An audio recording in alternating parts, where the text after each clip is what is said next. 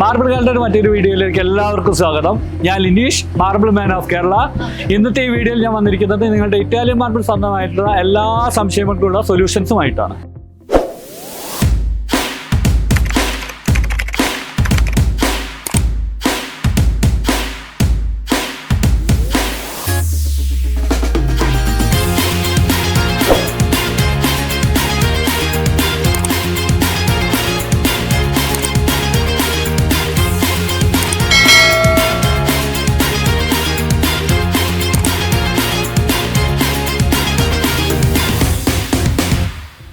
നമുക്കറിയാം, ഏതൊരു മലയാളിയുടെയും ഏറ്റവും വലിയൊരു സ്വപ്നമാണ് വീട് എന്നുള്ളത്. ആ വീടിന്റെ അകത്തളം ഏറ്റവും മനോഹരമാക്കുന്നതിൽ പ്രധാന പങ്ക് വഹിക്കുന്ന ഒരു മെറ്റീരിയൽ തന്നെയാണ് ഇറ്റാലിയൻ മാർബിൾ.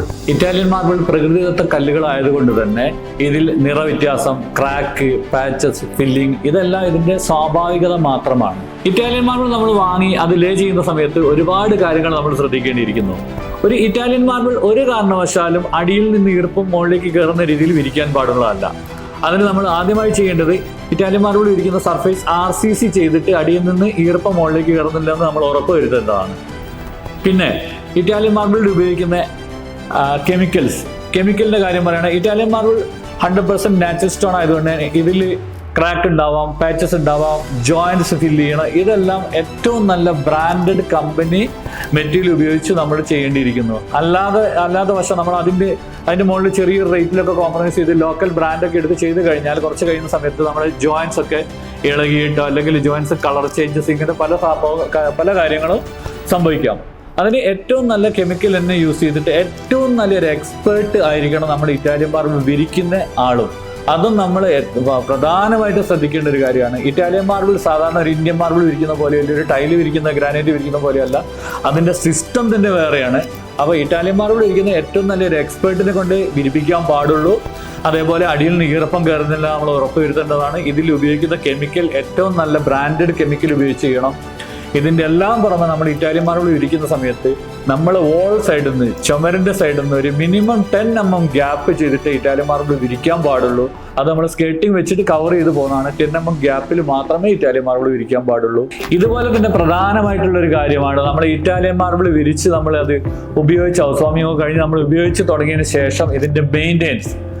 ഇറ്റാലിയൻ മാർബിളിൽ പ്രധാനമായിട്ട് ഒരു കാരണവശാലും നമ്മൾ ഒരു ആസിഡ് വാഷോ അല്ലെങ്കിൽ ആസിഡ് ബേസ് ആയിട്ടുള്ള ഒരു കെമിക്കൽ ഉപയോഗിച്ച് ഇറ്റാലിയൻ മാർബിൾ ക്ലീൻ ചെയ്യാൻ പാടുള്ളതല്ല. ഇറ്റാലിയൻ മാർബിളിന് pH വാല്യൂ ന്യൂട്രൽ ആയിട്ടുള്ള മെറ്റീരിയൽ മാത്രം ഉപയോഗിച്ചിട്ടേ ക്ലീനിങ് പാടുള്ളൂ. കേരളത്തിൽ പ്രത്യേകിച്ച് നോർത്ത് കേരളയിലൊക്കെ ആണെങ്കിൽ അധികവും ഗൾഫുകാരാണ് ഈ വലിയ വലിയ വീടുകൾ വെച്ച് ഇറ്റാലിയൻ മാർബിളൊക്കെ വിരിച്ചിട്ട് പോകുന്നത്. അപ്പോൾ ഇറ്റാലിയൻ മാർബിൾ വിരിച്ചിട്ട് നമ്മൾ ആ വീട് ക്ലോസ് ചെയ്തിട്ട് പോവുകയാണെങ്കിൽ നിങ്ങൾ നിർബന്ധമായിട്ട് ഒരു once in a month തന്നെങ്കിലും നമ്മൾ ആ വീട് തുറന്ന് കുറച്ചൊരു എയർ സർക്കുലേഷൻ ഒക്കെ ആ വീടിൻ്റെ ഉള്ളിൽ വരുത്തിയിട്ട് നമ്മുടെ ഏതൊരു മെറ്റീരിയലാണെങ്കിലും അത് കേട് ആവാതിരിക്കാൻ വേണ്ടിയിട്ട്, അതായത് നമ്മൾ ഉപയോഗിക്കുന്ന ബെഡ് ആണെങ്കിലും സോഫ ആണെങ്കിലും നമ്മുടെ ഫ്ലോറിംഗ് ആണെങ്കിലും എന്തിന് നമ്മൾ ഇരുമ്പ് വരെ വെറുതെ ഒരു സാധനം യൂസ് ചെയ്യാതെ വെച്ച് കഴിഞ്ഞാൽ ആ സാധനം കേടാവുന്ന ഒരു പ്രവണത പ്രകൃതിയുടെ നിയമമാണത്. എന്തൊരു സാധനമാണെങ്കിലും നമ്മൾ തീരെ ഉപയോഗിക്കാതെ വെച്ച് കഴിഞ്ഞാൽ അത് കേടായി പോകും. അപ്പോൾ ഒരു മാസത്തിൽ ഒരു തവണ തന്നെങ്കിലും ആ വീട് തുറന്നിട്ട് ഒന്ന് കംപ്ലീറ്റ് തുടച്ചൊന്ന് ക്ലീൻ ചെയ്ത് അടിച്ചു വാരി നല്ല വൃത്തിയാക്കി മെയിൻറ്റെയിൻ ചെയ്ത് കൊണ്ടു നടക്കണം. അല്ലാതെ നമ്മൾ 6 മാസമോ 1 വർഷമോ കഴിഞ്ഞ് നമ്മൾ വരുന്ന സമയത്തേക്ക് നമ്മളെ ഫ്ലോർ ആണെങ്കിലും നമ്മൾ മറ്റെന്തൊരു മെറ്റീരിയൽ ആണെങ്കിലും കേടാവാനുള്ള സാധ്യത വളരെ കൂടുതലാണ്. പിന്നെ ഇറ്റാലിയൻ മാർബിളിന്റെ ഏറ്റവും വലിയൊരു പ്രത്യേകത എന്താണെന്ന് വെച്ചാൽ നമ്മളിപ്പോൾ ഒരു 15 വർഷം അല്ലെങ്കിൽ 20 വർഷം കഴിഞ്ഞിട്ടും ഈ മെറ്റീരിയൽ ഒന്ന് റീപോളിഷ് ചെയ്യണമെങ്കിൽ ആകെ നിങ്ങൾക്ക് ഒരു 2500 അല്ലെങ്കിൽ 3000 സ്ക്വയർ ഫീറ്റ് ഏരിയ ആണെങ്കിൽ ഒരു 5 ദിവസം കൊണ്ട് നമുക്ക് കംപ്ലീറ്റ് റീപോളിഷ് ചെയ്ത് പഴയ ആ ഫിനിഷും അല്ലെങ്കിൽ ആ ഗ്ലേസിംഗ് ഒക്കെ അതേപോലെ വരുത്തിക്കാൻ പറ്റുന്നതാണ്. പിന്നെ ഒരു വീടിനെ സംബന്ധിച്ചിടത്തോളം ആണെങ്കിൽ ഒരു 25 വർഷത്തേക്കൊന്നും അത് നല്ല രീതിയിൽ മെയിൻറ്റെയിൻ ചെയ്ത് പോകുന്ന ഒരു സൈറ്റ് ആണെങ്കിൽ ഫെയ്ഡായി പോകുന്നില്ല. ഇനി അത്രയും ആ ഒരു സമയം കഴിഞ്ഞാലും നമുക്ക് ഇറ്റാലിയൻ മാർബിൾ ആകുന്ന സമയത്ത് നമുക്കൊരു 5 ദിവസം 6 ദിവസത്തെ പണിയെടുത്ത് കഴിഞ്ഞാൽ കംപ്ലീറ്റ് ക്ലീൻ ആയിട്ട് അത് റീപോളിഷ് ചെയ്ത് നമുക്ക് പഴയ ആ ഒരു എന്താണ് നമ്മൾ ചെയ്ത് ആ സമയത്തുള്ള ആ പുതു മോഡിയിൽ തന്നെ നമുക്ക് അതിനെ നിലനിർത്താൻ പറ്റുന്നതാണ്. ഞാൻ നേരത്തെ പറഞ്ഞ പോലെ നമ്മളെ ഏതൊരു മലയാളിയുടെ ഏറ്റവും വലിയൊരു സ്വപ്നം അല്ലെങ്കിൽ ലൈഫ് ടൈം അച്ചീവ്മെന്റ് എന്ന് പറയുന്നതാണ് ഒരു വീട്. അപ്പോൾ നമ്മുടെ വീടിന് നമ്മൾ എന്തൊരു മെറ്റീരിയൽ ആണെങ്കിൽ നമ്മുടെ വീടിന്റെ ആവശ്യത്തിന് നമ്മൾ തിരഞ്ഞെടുക്കുന്ന ഏറ്റവും ബെസ്റ്റ് ആയിട്ടുള്ള ഏറ്റവും ബെസ്റ്റ് സൊല്യൂഷൻ കിട്ടുന്ന അല്ലെങ്കിൽ ഏറ്റവും നല്ല ക്വാളിറ്റി കിട്ടുന്ന ഒരു സ്ഥാനത്തു നിന്നും വാങ്ങുന്നതായിരിക്കും നിങ്ങൾക്ക് ഏറ്റവും ടെൻഷൻ ഫ്രീ. കഴിഞ്ഞ 25 വർഷമായിട്ട് ഞാൻ ഈ മേഖലയിൽ തന്നെ വർക്ക് ചെയ്യുന്ന ഒരാളാണ്. 20 വർഷത്തോളം ഞങ്ങൾ ഇറ്റാലിയൻ മാർബിൾ കണ്ടിന്യൂസ് ചെയ്തുകൊണ്ടിരിക്കുന്ന സ്ഥാപനമാണ് മാർബിൾ ഗാലറി.